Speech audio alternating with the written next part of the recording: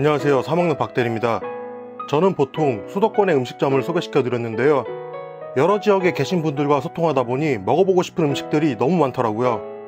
그래서 월 1회 정도는 타 지역을 방문해서 지역 음식, 즉 향토 음식 위주로 맛보고 소개해드리려 합니다. 물론 여러분이 추천해주신 맛집도 방문할 예정이고요. 첫 번째 지역은 인구 약 148만 명의 대도시 대전입니다. 제가 한 달에 한 번 대전 출장을 가는데 이 지역이 조금 특이하더라고요. 칼국수가 주식인가 싶을 정도로 칼국수 집이 많아도 너무 많더라고요.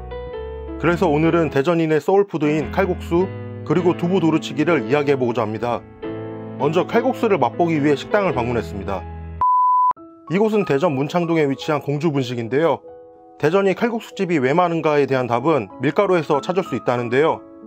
첫째, 대전은 한국의 중심부에 위치해 있기 때문에 철도 운송이 발달했고 전국 밀가루의 허브 역할을 했다고 합니다.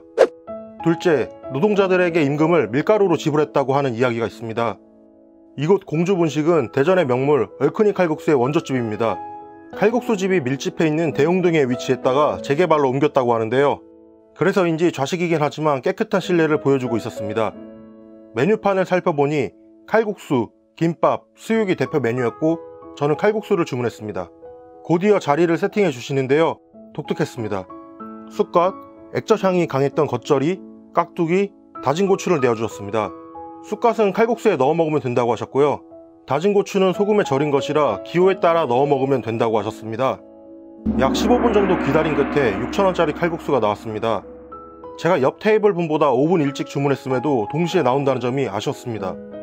칼국수 고명으로는 김가루, 대파, 계란, 깨 등이 들어있었고요. 면은 전통 있는 원조집이라 송칼국수를 기대했었는데 예상외로 일반 기계면으로 나왔습니다. 가장 먼저 국물 맛을 봤는데요, 생각했던 충청도식 칼국수라고 하면 닭육수 베이스에 서울의 명동교자가 생각났고 색을 보고 있자니 강원도식 장칼국수가 생각이 났었는데 둘 다 아니었습니다. 이 얼큰이 칼국수는 멸치육수 베이스였습니다. 그것도 아주 진했습니다. 진해서 오히려 처음에 매콤함이 감춰질 정도랄까요? 저는 오랜만에 이렇게 진한 멸치육수라 반가웠는데요, 누군가는 비리다고 느낄 수 있을 것 같습니다.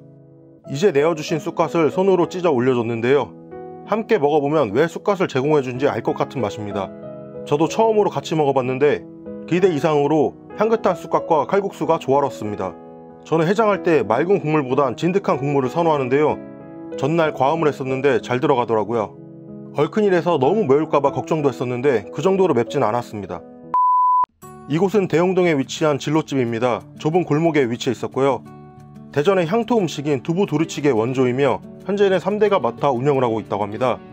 제가 사장님께 왜 두부 두루치기가 대전의 음식이 되었냐고 여쭤봤었는데 사장님께서도 잘 모르신다고 하셨습니다. 제가 아는 거래처의 50대 사장님께서는 학창시절 두부 두루치기에 면사리를 추가해서 안주로 한 젓가락씩 드셨다고 하셨는데요, 이분 역시 두부 두루치기의 탄생에 대해서는 잘 모른다고 하셨습니다. 혹시 아시는 분이 계시면 댓글로 남겨주시면 정말 감사하겠습니다.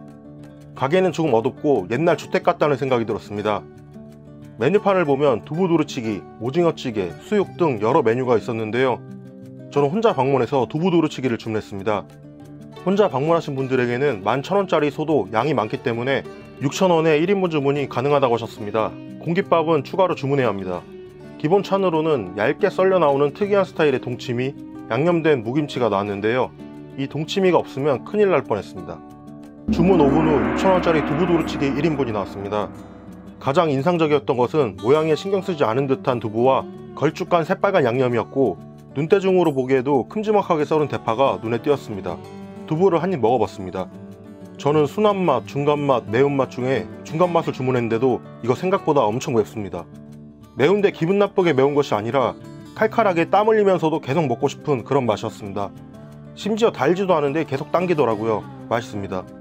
또 이 집 두부가 굉장히 인상적이었는데요, 겉보기에는 일반 두부스럽지만서도 맛과 식감은 순두부 쪽에 가까웠습니다. 그래서인지 강렬한 맛의 양념과 부들부들하고 고소한 두부의 밸런스가 참 좋습니다. 공깃밥에 비벼서 먹으면 뭐 최고입니다. 뭔가 술안주스럽다는 느낌도 났습니다. 소주나 맥주보단 막걸리에 더 잘 어울릴 것 같고 부추전을 주문해서 양념에 찍어 먹으면 술안주로 기가 막힐 것 같습니다. 다음은 어느 지역을 가볼까요? 일단 교통편이 편리한 대도시 위주로 가려고 합니다. 여러분들의 투표가 컨텐츠 제작에 큰 도움이 됩니다. 앞으로도 가감없는 리뷰가 계속 될 테니까요, 구독과 좋아요 부탁드립니다. 이상 박대리였습니다.